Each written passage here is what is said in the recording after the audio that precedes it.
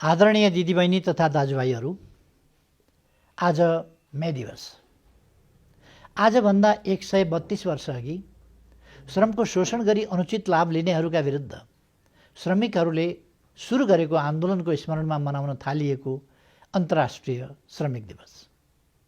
यस दिवसको अवसरमा सर्वप्रथम म स्वदेश तथा विदेशमा रहनुभएका सम्पूर्ण श्रमजीवी दिदीबहिनी तथा दाजुभाइहरूमा हार्दिक शुभकामना व्यक्त गर्दछु। त्यसै गरी यी बितेका 131 वर्षहरूमा श्रमजीवी वर्गले हासिल गरेका उपलब्धिहरूका लागि हार्दिक बधाई ज्ञापन गर्दछु। आजका दिन विश्वभरि नै काम र जीवनको सन्तुलन कायम गराउन क्रियाशील ट्रेड युनियनहरूले वर्षभरि गरेका कामको फेरिस्त सार्वजनिक गर्ने गर्दछन्। श्रमजीवी वर्गका पक्षमा बनाएको दीर्घकालीन योजना र थालिएको तर पुरा हुन बाँकी आफ्ना काम पुरा गर्ने प्रतिबद्धता जनाउँछन् र आर्थिक सामाजिक रूपान्तरणको जारी अभियानमा निरन्तर संलग्न रहने बाचा दोहोर्याउने गर्दछन्। आजको दिन श्रमजीवी वर्गको संलग्नतामा स्थापित शासन व्यवस्था भएका मुलुकहरूमा मे दिवस विजय उल्लास दिवसको रूपमा मनाइन्छ। जनविरोधी, श्रमजीवी वर्ग विरोधी सत्ता भएका ठाउँमा विरोध र आन्दोलनकै रूपमा पनि यस दिनलाई मनाउने गरिएको छ। विक्रम सम्वत 2003 देखि 2046 सालसम्म नेपालको सङ्गठित श्रम आन्दोलनले यस दिवसलाई श्रमिकहरूको सम्मानित, समृद्ध र सृजनशील जीवनको लागि भएका सबै आन्दोलनहरूको स्मरण दिवसका रूपमा मनाउँदै आएको थियो। निरङ्कुश राजतन्त्र र पञ्चायती तानाशाहीको अन्त्यपछि भने यस दिवसलाई श्रमजीवी वर्गले हासिल गरेका उपलब्धिहरू सार्वजनिक गर्ने उत्सवका रूपमा पनि मनाउँदै आएको छ। 2 दिन अघि मात्र अप्रिल 28 का दिन विश्वभरि नै ट्रेड युनियनहरूले काम गर्ने क्रममा मृत्यु भएका, घाइते वा अङ्गभङ्ग भएका श्रमिकहरूको स्मृतिमा अन्तर्राष्ट्रिय स्मृति दिवस मनाए। उनीहरूले उराठलाग्दा तथ्यहरू स्मरण गरे। कार्यथलोमा भएका दुर्घटना वा व्यवसायजन्य रोगका कारण विश्वव्यापी रूपमा हरेक दिन 7,600 मानिस मर्ने गर्दछन्। अस्बेस्टोसको सम्पर्कका कारण हरेक हप्ता 5,000 मानिस फोक्सो सम्बन्धी रोग र क्यान्सरका कारण मर्ने गर्दछन्। दक्षिण एसियामा सालाखाला 4,500 श्रमिकहरूले भवन भत्किएर ज्यान गुमाउँछन्। हरेक दिन 410 निर्माण क्षेत्रका श्रमिकहरू कार्यथलोमै मर्ने गर्दछन्। प्रत्येक मिनेटमा 730 मानिसहरू पेस्टिसाइडका कारण विषाक्त हुने गरेका छन्। गत सालको तथ्याङ्क अनुसार विश्वभरिमा प्रत्येक आधा घण्टामा एकजना स्वास्थ्यकर्मीले कोभिड-19 का कारण ज्यान गुमाएका छन्। समग्रमा 20,78,000 मानिसहरूले वर्षेनी काम सम्बन्धी रोग र कामका क्रममा घाइते भएकै कारण ज्यान गुमाइरहेका छन्। कोभिडकै कारण गत साल 25 करोड काम गुम्यो र यस वर्ष कम्तीमा 13 करोड काम खतरामा रहेको तथ्य अन्तर्राष्ट्रिय रूपमा प्रक्षेपण गरिएको छ। उनीहरूले अधिकार, सुरक्षा, समानता र समावेशिता जस्ता 4 महत्त्वपूर्ण विषयमा आफ्नो ध्यान केन्द्रित गरे। श्रमशक्तिको विकासका लागि सार्वजनिक क्षेत्रको लगानीमा वृद्धि, सार्वजनिक क्षेत्रमा रोजगारी कार्यक्रम, गुणयुक्त काम र श्रमको औपचारीकरण जस्ता उपाय अपनाएर विद्यमान अवस्थामा परिवर्तन ल्याउन सकिने जस्ता उपायहरू अघि सारे। दिदीबहिनी तथा दाजुभाइहरू, नेपालमा हामी विगत 3 वर्षदेखि समृद्ध नेपाल, सुखी नेपालीको राष्ट्रिय आकाङ्क्षा प्राप्तिको अभियानमा संलग्न छौँ। यो राष्ट्रिय आकाङ्क्षा समतामूलक समाज सिर्जना गरी समान आर्थिक अवसर प्रदान गर्ने र सामाजिक न्यायसहितको समृद्धि सुनिश्चित गर्ने आकाङ्क्षा हो। व्यक्तिका राजनीतिक, आर्थिक, सामाजिक र सांस्कृतिक आयामहरू सशक्त तुल्याउने आकाङ्क्षा हो।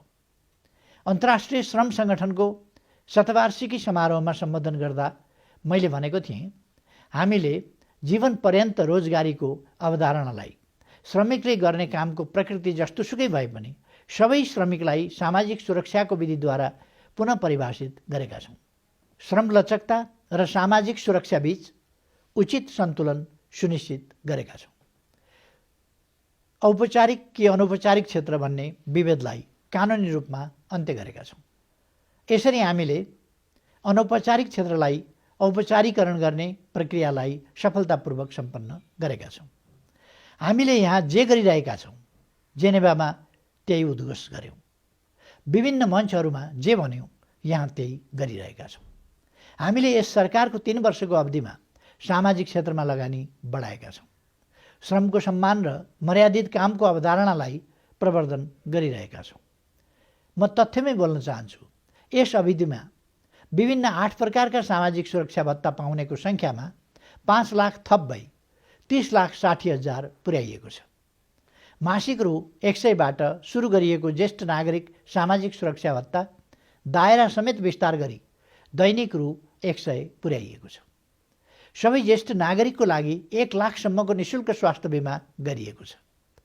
स्वास्थ्य बिमा 75 जिल्लामा विस्तार भएको छ र यसको पहुँच 636 स्थानीय तहमा पुगिसकेको छ।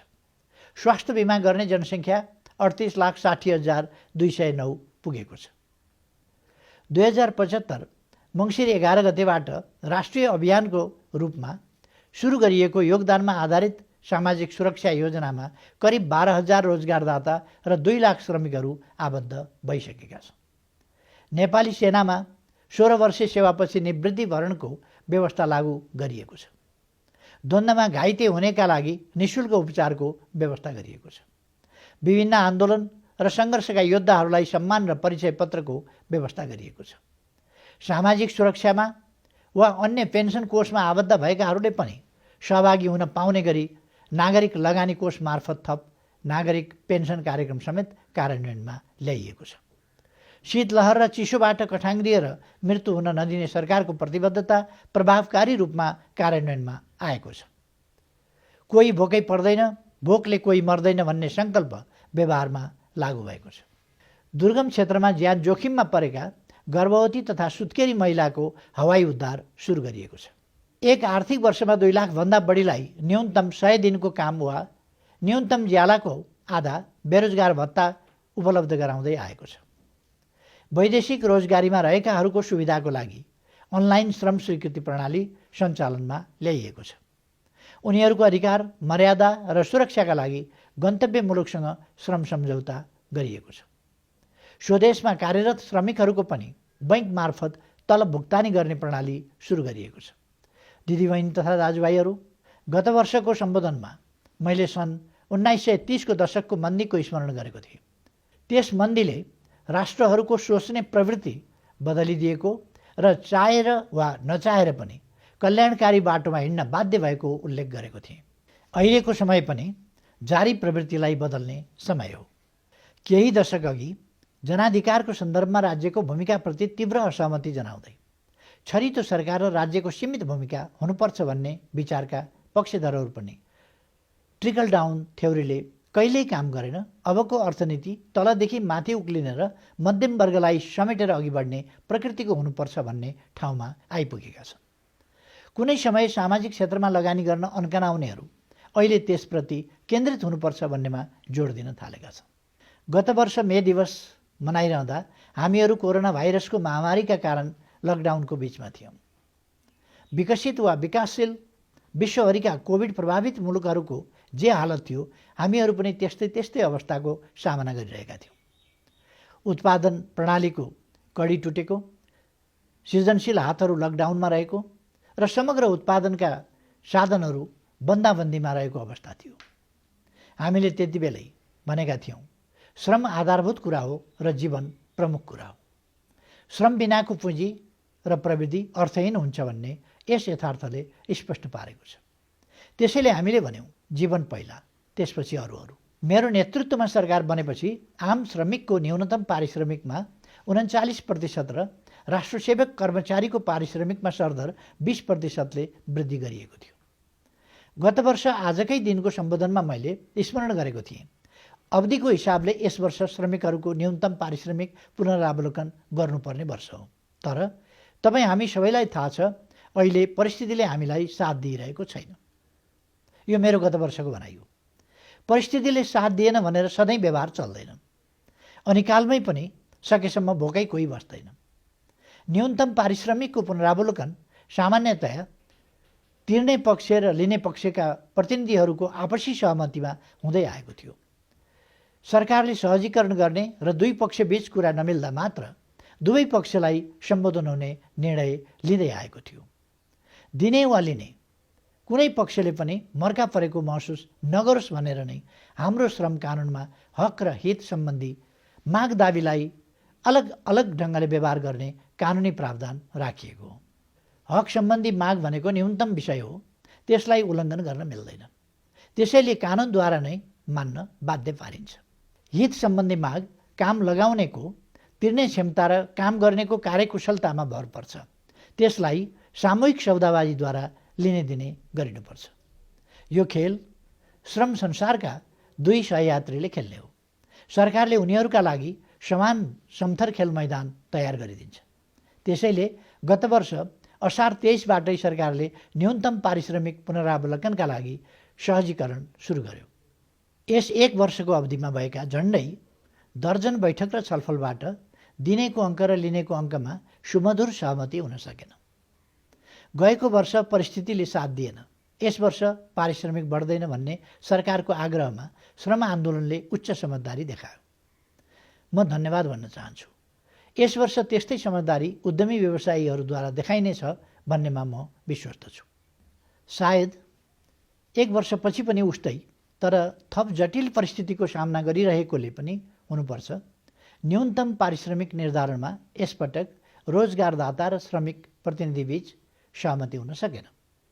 त्यसैले सरकारको तर्फबाट म जानकारी गराउँछु, आर्थिक वर्ष 78-79बाट लागू हुने गरी श्रमिकको न्यूनतम पारिश्रमिक पुनरावलोकन हुन्छ। मासिक पारिश्रमिक रु 13,450बाट रु 15,000, दैनिक पारिश्रमिक रु 517बाट रु 577, प्रति घण्टा पारिश्रमिक रु 69बाट रु 77। म दोहोऱ्याएर भन्न चाहन्छु, सबैलाई सामाजिक सुरक्षाको दायराभित्र ल्याइन्छ। लक्षित समूहलाई सर्वकालिक सामाजिक सुरक्षा र औपचारिक होस् वा अनौपचारिक श्रम क्षेत्र सबै श्रमिकलाई क्रमशः योगदानमा आधारित सामाजिक सुरक्षा योजनामा समावेश गरिन्छ। यसको सुरुवात यसै आर्थिक वर्षबाट लागू हुने गरी दैनिक ज्यालादारी र करार सेवामा कार्यरत सरकारी सेवाका कामदार कर्मचारीहरूबाट गरिनेछ।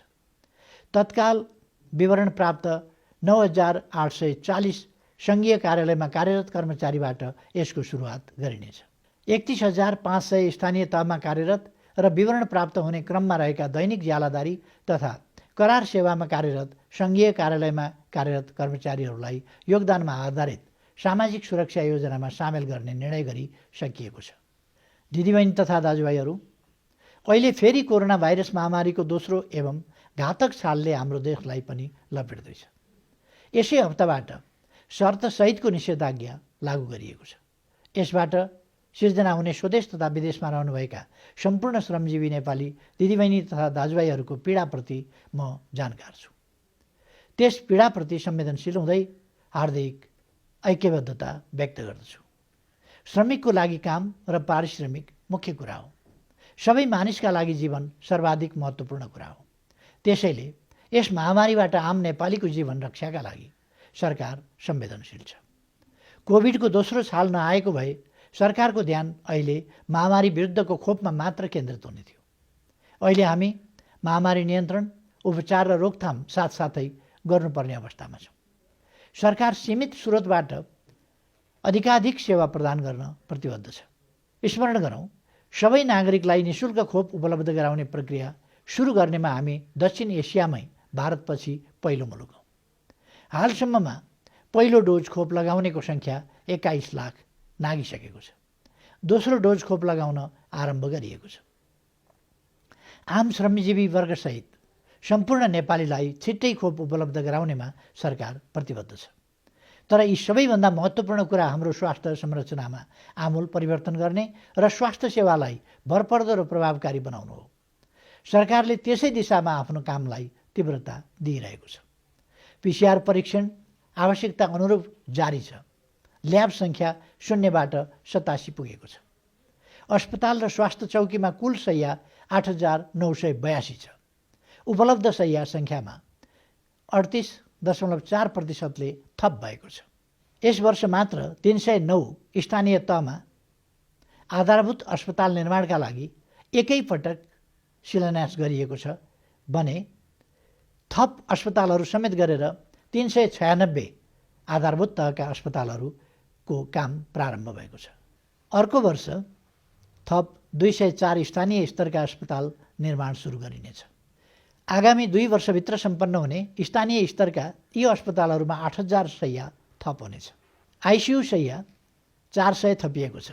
भेन्टिलेटर सहितको शैय्या 300 र उच्च निर्भरताका लागि 2000 शैय्या थपिएको छ। कोभिड-19 को महामारीको सामना गर्ने क्रमसँगै केन्द्रमा 300 बेड र सबै प्रदेशमा 50 बेडका संक्रामक रोग अस्पताल निर्माण गर्न प्रक्रिया प्रारम्भ गरिएको छ। एउटा पक्षमा स्पष्ट हौँ, कोभिडको महामारीलाई हाम्रो असल अनुशासनले मात्र नियन्त्रण गर्न सकिन्छ। संक्रमण र व्यवसायमा सन्तुलन कायम गर्न सावधानीका साथ व्यवहार गर्नुपर्छ। खोपसँगै सतर्कता अघि बढाइनेछ। संक्रमणको रफ्तारलाई ब्रेक लगाएपछि परिस्थितिमा सुधार गर्न सकिन्छ। जहाँ भिड त्यहीँ कोभिड त्यसै भनिएको होइन। सामाजिक दूरी कायम गर्न र अनिवार्य मास्क लगाउन त्यसै आग्रह गरिएको होइन। दिदीबहिनी तथा दाजुभाइहरू, गत साल चाहिँ यस वर्ष पनि दोहोऱ्याउन चाहन्छु, हाम्रो प्रयास टुट्दै गरेको उत्पादन सम्बन्धको कडीलाई फेरि दुरुस्त गर्ने र अवरुद्ध उत्पादन प्रणालीलाई सुचारू गर्नेमा केन्द्रित हुनेछ। कामको सुरक्षा र थप रोजगारीको सिर्जना हाम्रो लक्ष्य हुनेछ। गत साल चाहिँ यसपटक पनि हाम्रो प्रयास हुनेछ काममा रहेकाहरूको न्यूनतम पारिश्रमिक सुनिश्चित गर्ने, काममा संलग्न कसैको पनि आम्दानी रोकिने वा खोसिने स्थिति आउन नदिने, सङ्घ, प्रदेश र स्थानीय तहमा श्रम प्रधान प्रविधि परिचालनको प्रबन्ध गर्ने, श्रम र प्रविधिको संयोजन तथा ज्यालासहित जनसहभागिताको विकास मोडल अवलम्बन गर्ने। दिदीबहिनी तथा दाजुभाइहरू, गत साल यसै समयदेखि बरालिएको हाम्रो राजनीति अझै सुध्रिएन भन्नुपर्दा मलाई बेहद पीडा भएको छ। स्थिरता र विकासको जनचाहनामा केही नेताहरूको अतृप्त आकांक्षा, कुण्ठा र ईर्ष्याका कारण एक प्रकारको अराजक अवस्था सिर्जना भएको छ। केन्द्रमा सुरु भएको गडबडी प्रदेश र स्थानीय तहसम्म पुगेको छ। प्रतिगमनको नाटकीय प्रचारले सरकारप्रति भ्रम सिर्जना गर्ने र जनमानसमा नेताहरू तथा पार्टीप्रति वितृष्णा बढाउँदैछ। गत सालको सन्देशमा मैले भनेको थिएँ, नेपाली ट्रेड युनियन आन्दोलनले राजनीतिक आन्दोलनलाई धेरै कुरा सिकाएको छ। अप्ठ्यारोमा नहड बढाउने, अनिकालमा मिलेर बिउ जोगाउने, सहकालमा भएका नाफाको न्यायोचित वितरणमा सामाजिक संवाद गर्ने, विविधताबीच एकता कायम गरी अघि बढ्ने। ट्रेड युनियन आन्दोलनले सिकाएको यो पाठ राजनीतिक आन्दोलनले ग्रहण गर्नै सकेन। नेपाली ट्रेड युनियन आन्दोलनले हामीलाई सिकाएको अप्ठ्यारो घडीमा मिलेर अघि बढ्नुपर्छ, आफ्ना आकाङ्क्षाको आकाशतिर माथि माथि मात्र होइन, जनता भएतिर तल पनि हेर्नुपर्छ भन्ने पनि राजनीतिक नेतृत्वले महसुस गर्न सकेन। कमी कमजोरी भए सच्याउनुपर्छ, अराजक होइन अनुशासित हुनुपर्छ, समयको ख्याल गर्नुपर्छ, आफैलाई घात गर्ने होइन इमान्दार बन्नुपर्छ भन्ने त ठ्याम्मै बुझेन र ग्रहण गरेन। असंवैधानिक, गैर कानुनी र अमर्यादित बाटो त कसैले पनि अवलम्बन गर्नै हुँदैन। मलाई लाग्छ अभियानमा लागेकाहरूले हार खानुहुन्न। एकै ठाउँमा झर्ने पानीको धाराले पनि ढुङ्गालाई पाल पारेको हामीले देखेकै छौँ। समाज परिवर्तनको कुरा पनि त्यस्तै हो। हामीले हाम्रो सत् प्रयासलाई जारी राख्नुपर्छ। मे दिवस 2021 को यस अवसरमा नेपालका मान्यता प्राप्त ट्रेड युनियनहरूको साझा संस्था संयुक्त ट्रेड युनियन समन्वय केन्द्र र त्यसको छातामुनि समेटिएका सबै ट्रेड युनियनहरू, तिनमा आबद्ध श्रमिकहरू र सम्पूर्ण श्रमजीवी जनसमुदायलाई हार्दिक शुभकामना व्यक्त गर्दछु। धन्यवाद।